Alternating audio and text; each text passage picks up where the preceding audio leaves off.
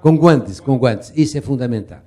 Bom, eu tenho que falar para você sobre um tema que eu penso extremamente importante, que é sobre a parte relacionada com ecografia das variações morfológicas do endométrio, como evaluar, né? Essa é minha última participação no congresso, me senti muito à vontade, aprendi com todos vocês muito, e eu penso que essa integração latino-americana é fundamental. Nós outros temos grandes cientistas talentosos e temos que aproveitar nosso conhecimento juntos. Como investigar endométrio? Uma das formas seria pela histerosalpingografia, pero há desvantagem, mira, exposição radiológica, reações adversas no uso de contraste iodado, alto custo, visualização de lesões de pélvico ovariana não possível, desconfortos e alta taxa de falso positivo. Podemos fazer com histeroscopia, pero há desvantagem. Procedimento invasivo, doloroso, algumas vezes necessita de anestesia, risco de perfurações uterinas, alto custo e período de recuperação maior. Melhor ultrassonografia para avaliar a cavidade endometrial.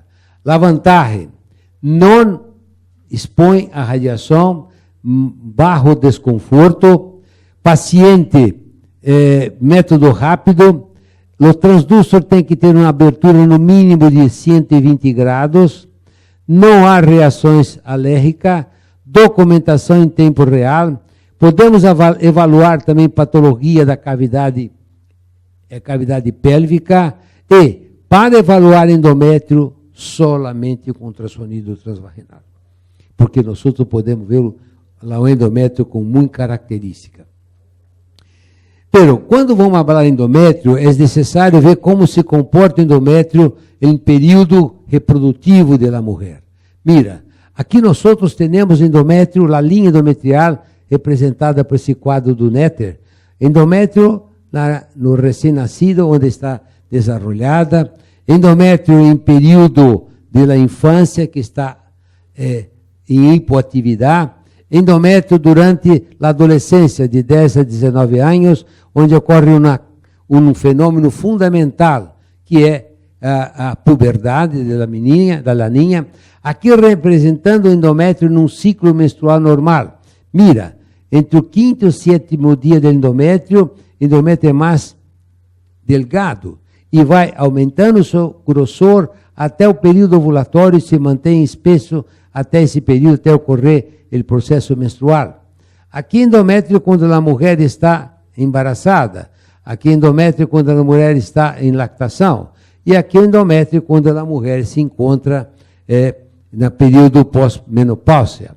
Mira, acá vamos ver o endométrio por via abdominal, o mesmo útero por via transvaginal. É diferente, a barriga pode cambiar a apresentação do endométrio. O endométrio tem variações histológicas, e essas variações histológicas estão expressas nas imagens que podemos evaluar. Mira, aqui endométrio no período folicular, mira a quantidade de mitoses. O endométrio é mais ecorrênico, que vai do fundo do útero até o coelho, que vai aumentando de espessor. E numa fase 2, temos endométrio chamado trilaminar, onde temos uma linha de encontro dos endométrios e um halo econegativo em torno deles. O que é esse econegativo? Não se cambiou as mitoses continuam em grande intensidade, pero as criptas endometriais estão desarrolladas e entre as criptas temos muco. Isso cria esse aspecto trilaminar, hipoecóico. Acá temos endométrio logo depois do período ovulatório, 3 dias após a ovulação, temos endométrio secretor luteal, onde nós não vimos lá o aspecto da linha endometrial. E acá endométrio pré-menstrual, onde temos um edema muito intenso do estroma, dando essa ecogenicidade, e na luz do endométrio podemos ter líquido, secreção, dando um falso pseudo saco gestacional.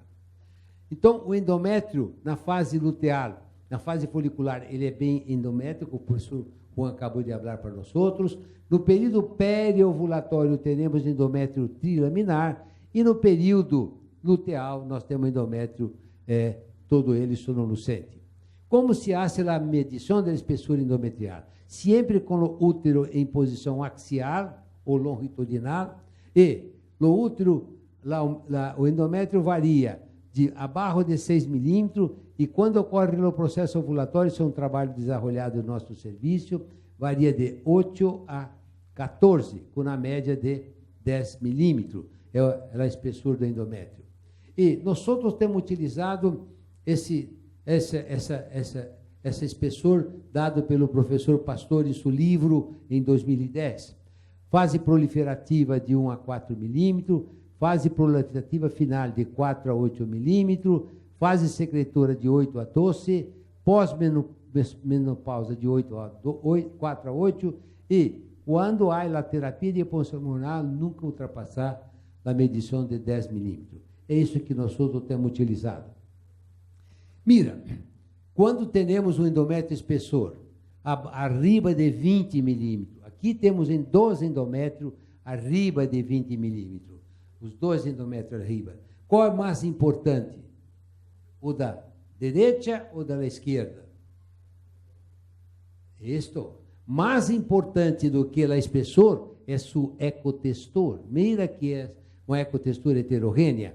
Então, muito mais importante do que espessor é evaluar a ecotextura do endométrio.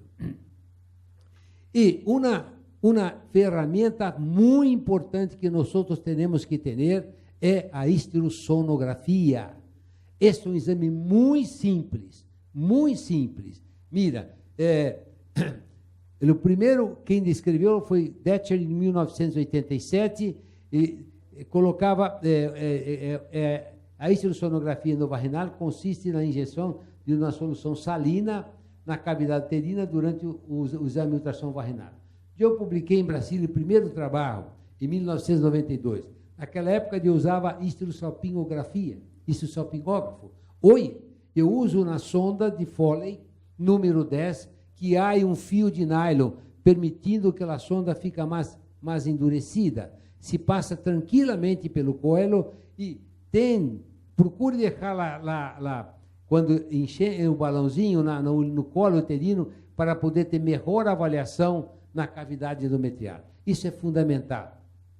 Esse é o que nós publicamos em 92. Essa paciente veio com a história de um mioma, e quando iniciamos a histerossono, tinha uma imagem bem parecida com pólipo. Esta vinha com a imagem de pólipo, e ao ser ultrassonido, havia uma textura de mioma. E, fundamentalmente, eu posso ver quanto o mioma é intramural e quanto o mioma é submucoso, o que dá uma informação importante para a histeroscopia terapêutica. Este é um caso mostrando que na histerossonografia, uma imagem de pólipo, com sua vascularização típica do pólipo, aqui numa histeroscopia, ou na imagem, e a imagem por ultrassonido, mostrando que o ultrassonido tem uma capacidade muito grande e que o recurso da histerossonografia é fundamental não se pode desprezar num procedimento endovaginal. E na pós-menopáusea? Mira, a pós-menopáusea está cada vez aumentando mais. Veja, esse consenso nos Estados Unidos, para cada 100 mulheres arriba de 85 anos, no ano de 1900 tínhamos 96 homens, hoje 38 homens. As mulheres vão matando seus maridos progressivamente. Na primeira, na segunda, na terceira, isso é uma coisa fantástica. E vai acumulando toda a sua característica financeira, isso é fundamental para o futuro. E aqui mostrando nos Estados Unidos, né, em rojo, mostrando mulheres de 55 a 64 anos, amarillo, 65 a 74 e verde claro, arriba de 74. E aqui mulheres acima de 55 anos. Mira que em 2020 teremos 50% das mulheres americanas acima de 55 anos. 80% delas utilizavam terapia de reposição hormonal.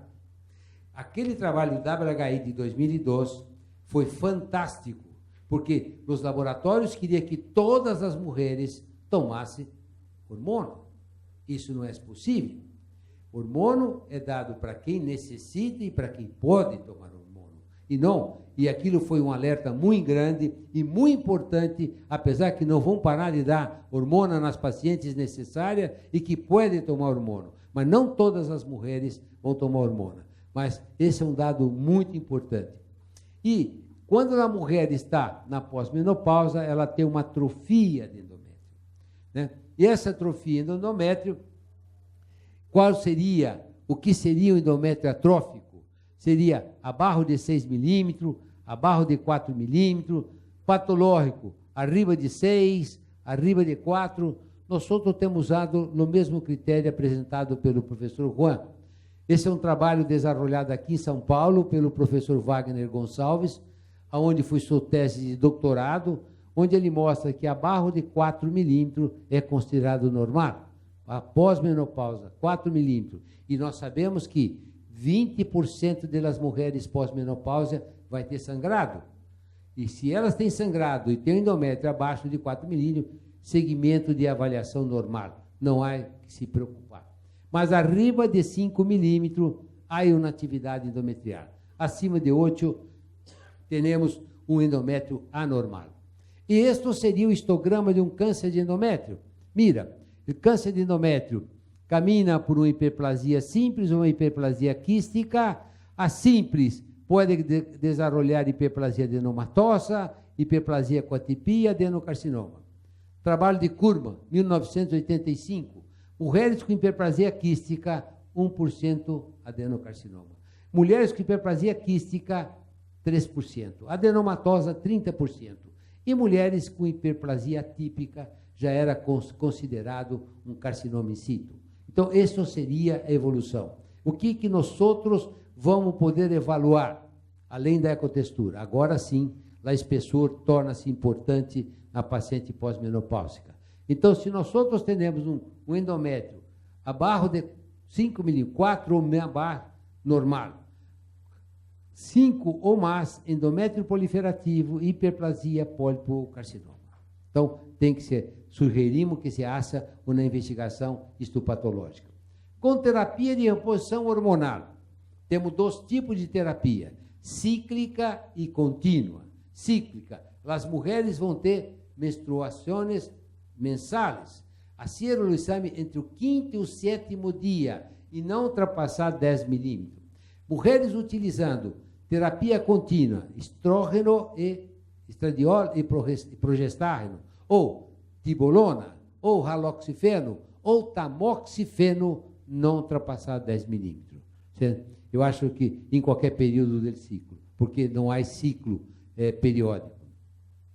E quando vamos falar em câncer da mulher, mira que endométrio se encontra na 9ª causa de câncer da mulher. Então, eu penso que é fundamental, dentro de uma avaliação preventivo de patologia da mulher, não só a ser o Papa Nicolau, a colpocitologia, mas também a ser o quê?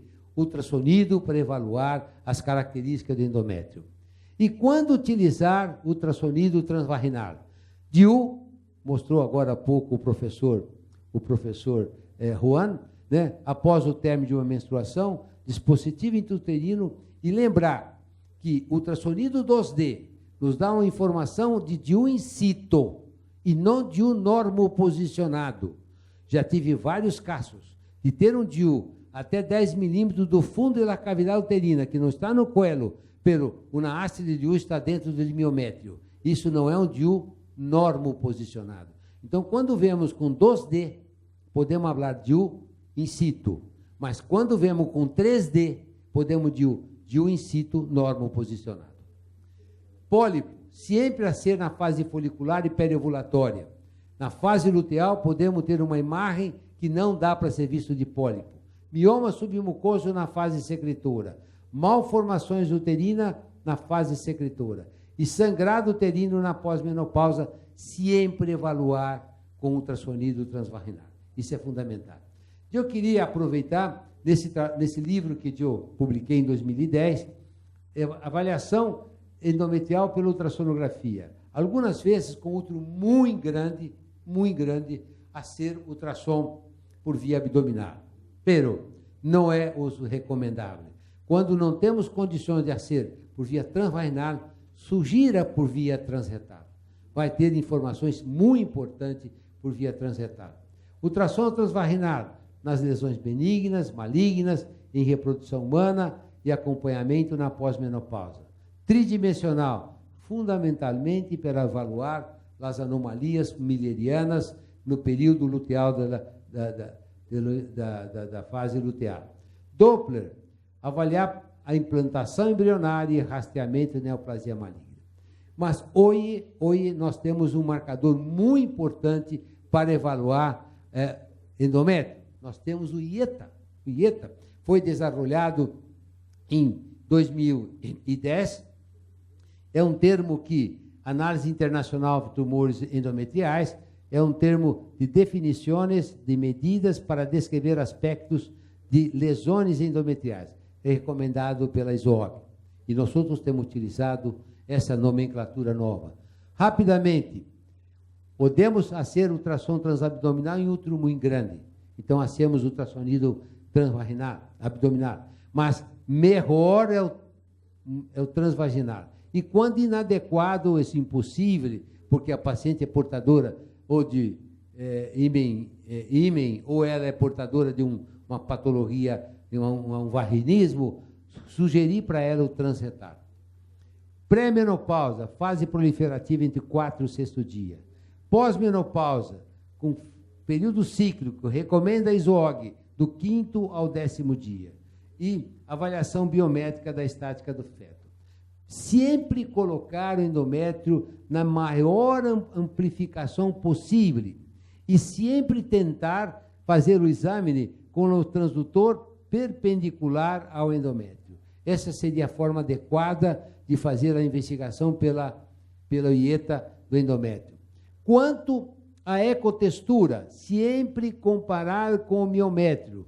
Podemos ter uma ecotextura hipoecóica, podemos ter uma ecotextura isoecóica, não conseguimos definir o endométrio. Uma textura hiperecóica e uma textura trilaminar. Então, hiperecóica, podemos ter isoecóica e podemos ter trilaminar. Sempre comparando endométrio com o miométrio. Então, essa é a maneira de avaliar o endométrio. Com relação à uniformidade do endométrio, nós outros temos endométrio homogêneo com áreas quísticas bem regulares, são essas áreas em negro, homogêneo com áreas quísticas irregulares, heterogêneo, endométrio bem heterogêneo com áreas quísticas. Aqui nós temos endométrio, aqui está mostrando em diagrama como seria a área quística irregulares. Quanto à linha endometrial, podemos ter uma linha regular, uma linha ondulada, e podemos ter uma linha muito difícil de ser interpretado. Quanto não linear, irregular e não definida.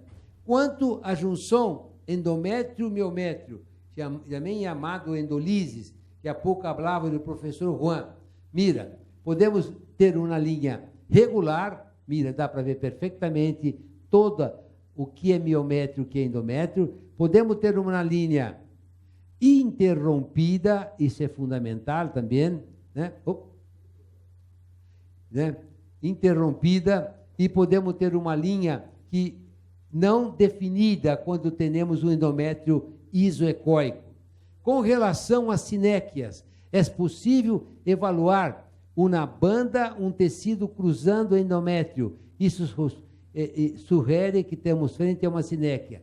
Presença de líquidos é uma patologia anecoica, certo? Né? De baixa ecogenicidade. E podemos, quanto ao Doppler, o Doppler nós vamos utilizar uma caixa que tenha uma frequência de 5 MHz, um PRF de 0,3 a 0,9 de kHz, um filtro de 30 a 50 Hz, baixo ou desligado, e um ganho de Doppler reduzido para que apareça bem as características. Então, mira, e aí nós temos uma avaliação muito importante de Doppler. E aquela proposta que teníamos na década de 90, na década de 80, do professor Kuriaki, que vinha pela velocimetria, pelo baixo índice de resistividade do Doppler, hoje, IETA recomenda apenas uma avaliação qualitativa. Qualitativa. Mira, se eu tiver uma entrada de um único vaso, isso provavelmente deve ser um pólipo. Um pólipo. Ou entrada de um vaso, mas com ramificações. Ou entrada de um vaso tem várias ramificações. 98% é benigno. Benigno. Se eu tenho diversas multifocais, várias entradas dentro do endométrio de vasos. Mira que estou sempre utilizando Doppler amplificado, Power Doppler. Se eu tenho diversos vasos dispersos dentro do endométrio, 89% eu tenho malignidade. Então, o Doppler tem um papel importante, mas um Doppler semi-quantitativo. Não a evaluar a resistividade do vaso, como era descrito Ayer. E o que recomenda a Laizwog? Mira, Laizwog recomenda, quando temos um sangrado endometrial numa paciente pós-menopáusea, ultrassonido vaginal é fundamental, é obrigatório. Se teremos um endométrio adelgaçado abaixo de 4 milímetros, segmento de rotina. Se temos endométrio alterado, as suas características, a cerahisterosonografia. Recomenda a cerahisterosonografia. Isso é uma coisa muito importante. Eu vou pensar no próximo congresso a ser demonstração de histerosonografia, porque é um procedimento muito simples que pode ser. Se na histerosonografia é localizada um pólipo ou um espessamento focal, a ser a histeroscopia. Se há um espessamento difuso, fazer a curetagem semiótica. Então, isso seria o que nós outros estamos fazendo em nosso serviço em Ribeirão Preto.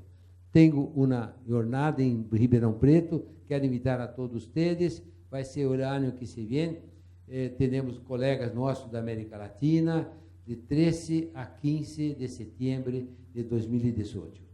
Graças pela atenção de todos vocês.